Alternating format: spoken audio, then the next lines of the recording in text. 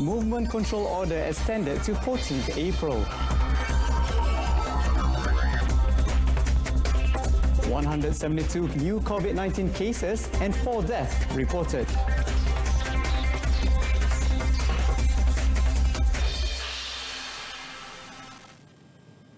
Good evening, I'm Azlani. Welcome to News on 2. The Movement Control Order MCO period will be extended until 14th April. Speaking today, Prime Minister Tan Sri Muhyiddin Yassin said the announcement of the extension is made early to ensure the people are prepared for this. Sehubungan itu, kerajaan telah memutuskan tempoh Perintah Kawalan Pergerakan akan dilanjutkan sehingga 14 April 2020. Saya memaklumkan pelanjutan tempoh ini lebih awal supaya saudara-saudari lebih bersedia. Anda yang berada di kampung tak perlu bergegas balik ke Kuala Lumpur hujung minggu ini. Duduklah dulu di kampung dan jangan ke mana-mana. The Premier said based on the National Security Council's briefing, positive COVID-19 cases are expected to increase even higher, just like what had happened at some countries, if no swift action is taken. Emphasizing that the movement of the people must remain under control, he said the government's strategy was to find, screen, isolate and treat COVID-19 patients. Thus, he called on the people to be prepared mentally and physically to stay at home for a reasonable longer period of time. Recognizing the possibility of COVID-19 outbreak, which has hit the world today, including Malaysia, likely to worsen, the government will increase its capacity to conduct health screening on a larger scale to curb the spread of the virus in the country. The Premier also said that the Health Ministry has been instructed to let the doctors, nurses and medical personnel go on leaves in batches. Saya tahu para doktor, jururawat dan kaki tangan hospital amat keletihan pada masa ini. Saya telah mengarahkan Kementerian Kesihatan supaya memberikan sedikit masa untuk petugas-petugas kesihatan kita mengambil cuti rehat secara berperingkat sebelum mereka ini kembali bertugas semula. Tan Sri Muhyiddin also said that doctors and nurses from the private sectors and voluntary organizations will be mobilized as a relief measure. He expressed the hope that the frontliners will remain resilient, saying the situation they are up against is a daunting one.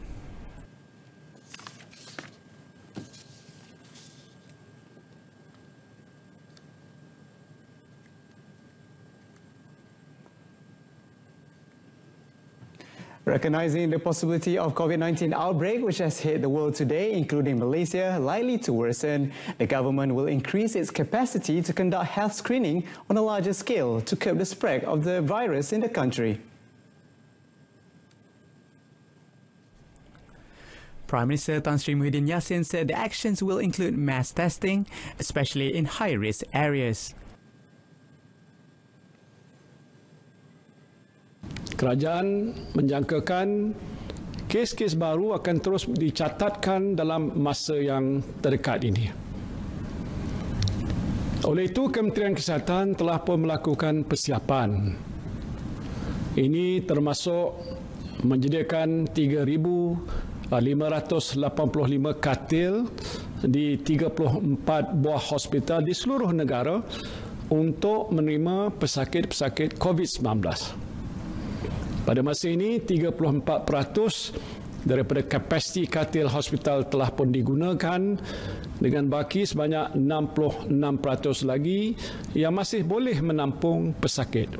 The Premier added that in the event of an increase in the number of positive COVID-19 cases, beyond the capacity of the hospitals, several places have been identified to serve as temporary isolation and quarantine centres.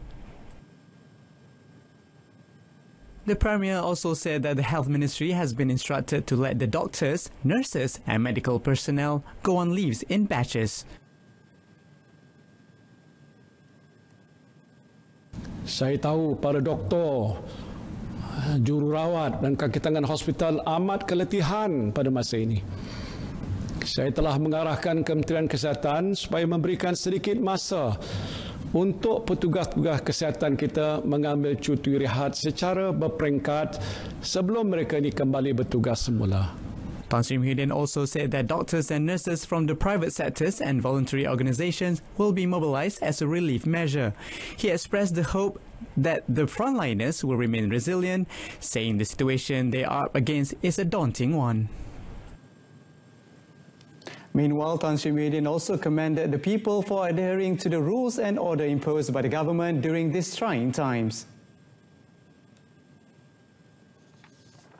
You follow my instruction, you know that this is good for you, your family and the people around you.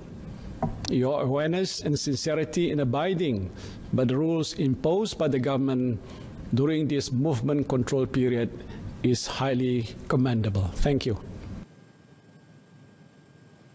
The Prime Minister also said that during the Cabinet meeting today, he had directed Minister in the Prime Minister's Department, Religious Affairs, Datuk Sri Dr. Zulkifli Muhammad Al-Bakri, to mobilise the Federal Territory Zakat Collection Centre to identify those from the Asnaf group eligible for immediate zakat assistance.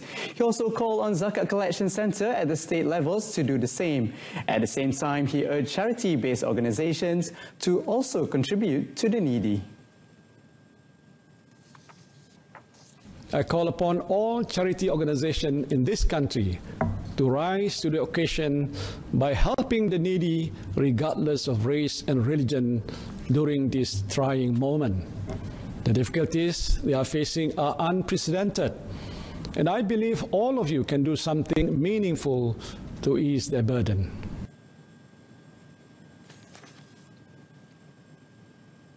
4 deaths and 172 new COVID-19 cases have been reported, bringing it to a total of 19 fatalities and 1,796 cases as of noon today. Health Ministry Director General Datuk Sri Dr. Noor Hisham Abdullah, in his daily briefing today, said there were 16 recovered COVID-19 patients discharged, bringing the total to 199 recoveries. Duka cita dimaklumkan bahawa sehingga kini terdapat pertambahan 4 lagi kes kematian berkaitan dengan COVID-19. Pelaporan terbaru ini dan satu pelaporan melalui siaran di laman Facebook Ketua Pengarah Kesihatan malam tadi menjadikan jumlah kumulatif kes kematian COVID-19 di Malaysia adalah sebanyak 19 kes. Datuk Dr. Noor Hisham said the ministry extended condolences to the deceased families. As of 12 noon today, there were 172 new positive COVID-19 cases, of which 71 were related to the Tabligh gathering cluster in Seri Petaling. This brings the total to 1,796 cases in Malaysia. He also mentioned as at noon today, there were 73 frontline health workers who tested positive for COVID-19. A policeman and a fisherman were fined 1,000 ringgit each by the Manjung Magistrates Court in Lumut, Perak, for not adhering to the movement control order. Muhammad Safaruddin alias 33 and Nasrul Awang 43 both pleaded guilty after the charges were read before Magistrate Nur Shakira Ibrahim. According to the charges, Muhammad Safaruddin, who is a police corporal, was found to be travelling from police barracks in Kampung Rapat, Ipoh, while Nasrul was travelling from Kampung Serdang, Sitiawan, to other locations on 23rd March. Both of them were charged under Rule 3, Subsection 1 of the Prevention and Control of Infectious Disease Act 1988. The prosecution was done by Deputy Public Prosecutor Fatin Farahiyah Nazri, while both of the accused were not represented. The Armed Forces is satisfied with the compliance level of the citizens in Johor during the movement control order. 7th Infantry Brigade Commander Brigadier General Datuk Zawawi Adam said the commitment and compliance of the people must be continued to flatten the curve to slow the spread of the COVID-19 pandemic. Surveillance by the Armed Forces and the police since Sunday found that 95.3% of people in Johor have been adhering to the government order. Brigadier General Datuk Zawawi said the government's effort to curb the spread of the deadly virus will come to fruition if the people continue to obey the MCO. Kita sayangkan negara kita, patuhilah undang-undang yang dikeluarkan oleh kerajaan dan buat yang terbaik untuk kita mengembalikan negara kita kepada keadaan asal dan untuk kita meneruskan kelangsungan hidup sebagai seorang rakyat yang bertanggungjawab. The armed forces will keep on working with the police to keep monitoring the situation and managing roadblocks that involves 27 officers and 651 personnel of various ranks. Brigadier General Datuk Zawawi also called on the people not to share unverified or fake news and only obtain information from verified sources. The 4 audio recordings viral via the WhatsApp application purportedly alleging that the National Security Council, NSC, will soon declare an emergency in the country are all fake news. The recordings were confirmed fake by the Rapid Response Team of the Malaysian Communication and Multimedia Commission, MCMC. In a statement, the MCMC team also confirmed that the Johor State Health Department denied rumours that the Permai Hospital in Johor Bahru had applied for donations and contributions for safety clothing and equipment by appointing agents to collect on their behalf. The Rapid Response Team also confirmed a denial by Penampang Member of Parliament, Datuk Darrell Laiking, on allegations that the Chief Minister, Deputy Chief Minister and several MPs from Warisan had been quarantined for mingling with the members of other political parties who had been tested positive for COVID-19. Police had also denied a fake news saying that a dead body was found inside a car at the Hulu Bernam R&R had died due to COVID-19. Officers and personnel of the Royal Malaysia Police (PDRM) will always be committed to serve the people and the country despite the current COVID-19 turmoil. Inspector General of Police Tan Sri Abdul Hamid Bado said this year especially, they are facing a different kind of challenge as they continue to help the country get rid of the COVID-19 virus. Although, for the first time ever, they will not be celebrating Police Day. Tan Sri Abdul Hamid said it does not really bother them as the priority is the safety of the people. PDRM juga mempunyai peranan dan fungsi. Anggaplah bahawa tugasan kita di bawah, tak kira di mana kita berada, sama ada di sekatan jalan raya, dalam rondaan-rondaan di bawah, ya. Membuat hebahan ke sana sini, ya, membuat Snapchat, ya, dan mereka juga yang bertugas di perbatasan, di perairan, ya, di pantai-pantai, dan ada juga yang memberikan melaksanakan tugas di udara pun ada, ya. Anggaplah, ya, tugasan kita di bawah ini sebagai aktiviti menyambut perayaan Hari Polis. Speaking as a guest over RTM Selamat Pagi Malaysia program today, Tan Sri Abdul Hamid said PDRM appreciated the gratitude expressed by Prime Minister Tan Sri Muhyiddin Yassin, who said that he was proud of the force that had been ensuring the safety and well-being of the country and the people. Tan Sri Muhyiddin also prayed for Allah to reward PDRM personnel for all their deeds and sacrifices. The 213th Police Day will be celebrated on a new day nationwide, maintaining the theme Polis dan Masyarakat Berpisah Tiada. On another note, Tan Sri Abdul Hamid said a total of 110 individuals have been arrested for various offences during the first 7 days of the Movement Control Order, MCO. The IGP said most of those detained were for flouting the directives and for obstructing police personnel from discharging their duties. Tan Sri Abdul Hamid said the public should by now realise that the role and responsibility of the police are outlined in the Prevention and Control of Infectious Diseases Act 1988. Kita tak mahu jumlah ni bertambah, ya. Kita tidak mahu menyusahkan orang, tapi jangan pula orang ramai menyusahkan polis, ya, dan meningkatkan risiko kepada masyarakat, ya, dijangkiti oleh virus tadi. So bersifat cakna lah, ya, cakna supaya kesedaran pada diri sendiri itu yang penting. He said during the first few days, police took a lenient approach by pleading for cooperation from the public, but as the number of offenders continued to increase, they had to be more stern, leading to the arrest of several individuals.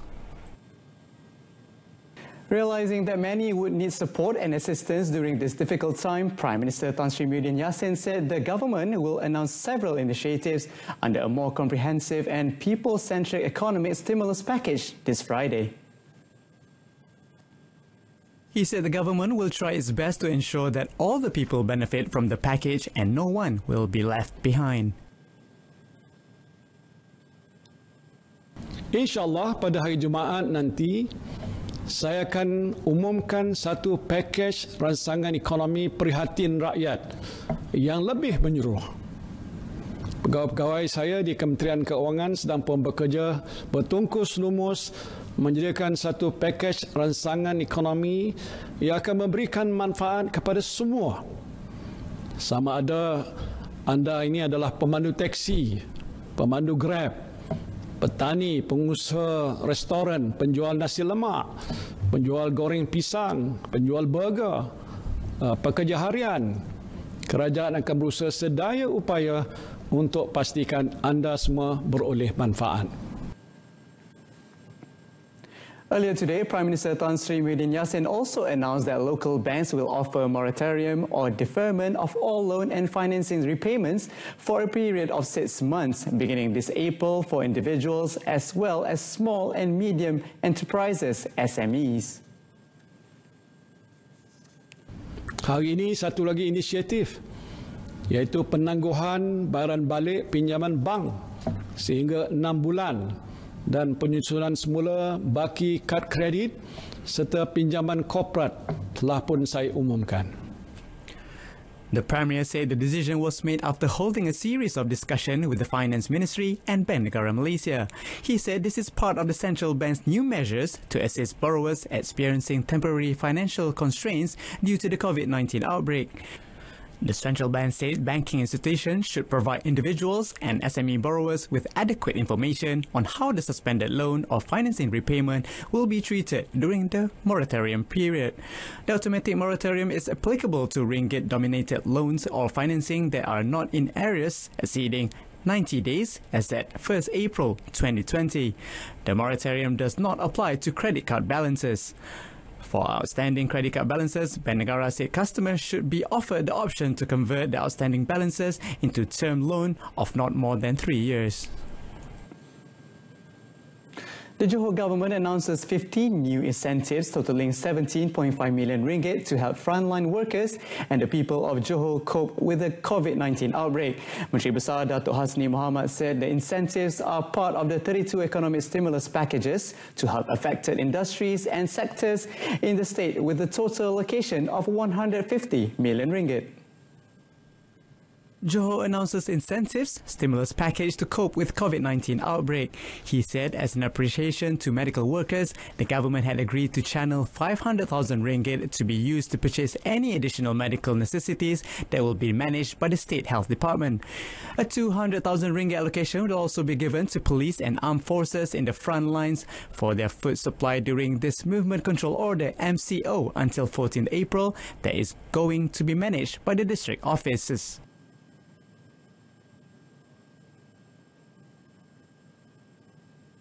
Negeri akan memberi insentif pengecualian bayaran sewa rumah dan kedai kepada penyewa daripada projek perumahan rakyat, PPR dan rumah sewa kerajaan, RSK di negeri Johor yang akan memberi manfaat kepada 2,989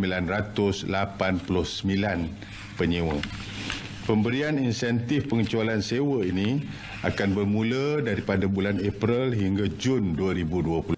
Speaking in a Facebook live feed, Datuk Hasni said the government has also agreed to expand the food bank initiative throughout the state to help the B40 group, especially the E-Kasih, Zakat, Asnaf and Welfare Department recipients, adding that the move involved 1.2 million ringgit allocation. He added that the government has also agreed to postpone loan payments for students in higher learning institutions under the Johor Education Foundation starting April until June 2020, involving 2,000 students. The country's banking institution is still stable despite the challenging times following the outbreak of COVID-19. In a statement, Bank Negara Malaysia (BNM) said sustained capital surplus is still above the minimum level of 119.7 billion ringgit as of end January 2020. To this end, banking institutions are allowed to use their respective sustained capital surplus and sustained account surplus to help buffer facilitate financial intermediation activities. Liquidity and funding conditions remain conducive to support financial intermediation throughout the first half of 2020. Excess liquidity maintained by banking system and continued efforts by banks to diversify their funding base further bolster banks' resilience to liquidity and funding-related stresses moving forward. Latest stress tests conducted affirm that the Malaysian financial system is expected to remain resilient under severe financial strains and under adverse scenarios such as the COVID-19 outbreak. Coming up in sports, sacrifice FA Cup for Malaysia Cup. Stay with us.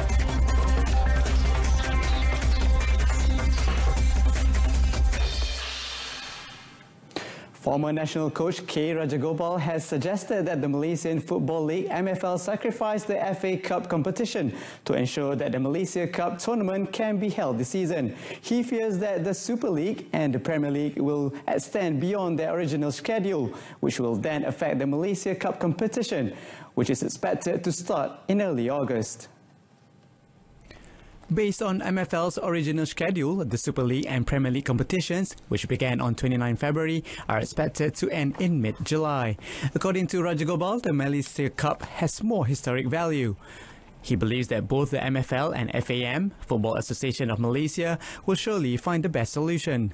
Speaking to Bernama today, he said the priority now is for all parties to give their cooperation in tackling the spread of COVID-19. The experienced 53-year-old coach felt that should MFL want to keep all the tournaments, then the FA Cup tournament should revert from the home and away format to a knockout system from the quarter-final stage onwards, thus reducing the number of matches. Meanwhile, a source close to MFL contacted by Bernama confirmed that no decision had been made to cancel any of the tournaments and that any such decision would be made at its Board of Directors meeting soon.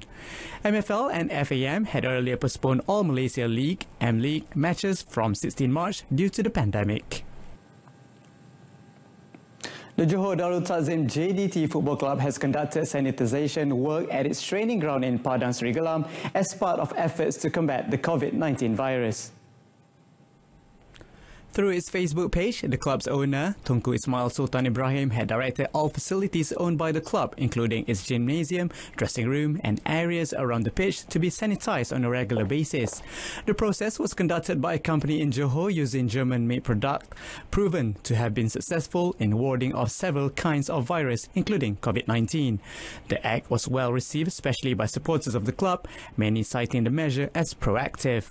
Before the Malaysian Super League was temporarily halted due to the virus, JDT was leading the table with 10 points after 3 wins and a draw. That concludes News on 2 this evening. In our top story, movement control order extended to 14th April.